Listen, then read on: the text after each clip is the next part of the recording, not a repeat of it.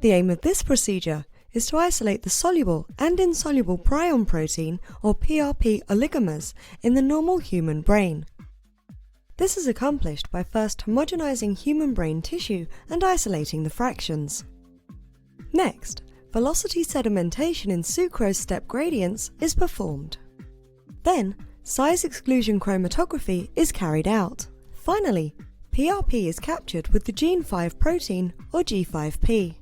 Ultimately, results can be obtained that show the isolation of soluble and insoluble PrP oligomers from the normal human brain through ultracentrifugation in sucrose step gradients, size exclusion chromatography, and capture of PrP with G5P.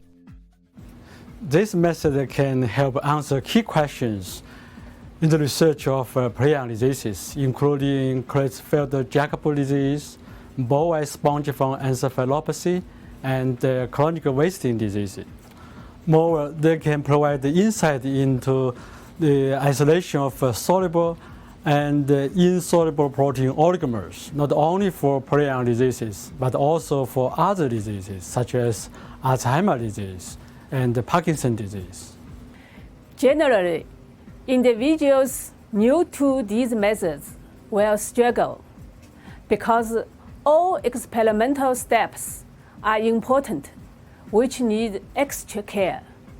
Visual demonstration of these methods is critical as the SEC ultracentrifuge in step gradients and the PrP capture with G5P.